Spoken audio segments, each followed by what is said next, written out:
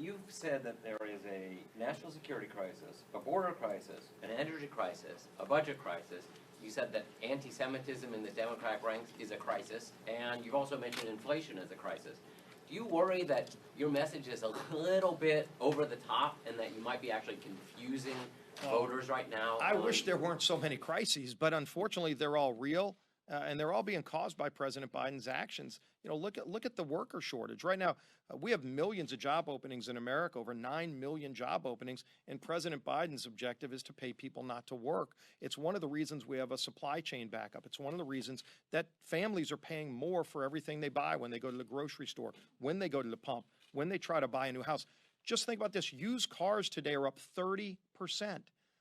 And President Biden isn't confronting any of these. I wish we didn't have any of these crises, but he's created them. You've seen the actions he's taken. We've pointed them out. We've offered to work with him, by the way, to solve any of these crises, and he refuses to do that. His own vice president won't do the main job she was appointed by him to confront at the border. So why they are both creating these problems and crises and not solving them is a mystery to me, and I think it'd be a valid question to ask them.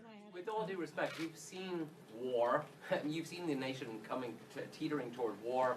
You've seen the attacks of 9/11. You've seen what the nation feels like when it is really in crisis. Do you think that the nation feels that way right now? I've never said this was war, but I'll tell you, if you look at what's happened in Israel, they've faced thousands of rocket attacks into Israel.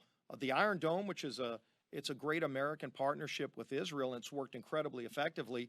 You've got many in the Democrat Party on the House floor that are encouraging President Biden not to help Israel replenish their supply of missiles, not to fire at Gaza, but to fire into the air to take out the missiles that Hamas terrorist organizations backed by Iran and other proxies are firing into Israel. And why won't he answer that? It's a basic question. Will you stand with Israel's right to defend themselves?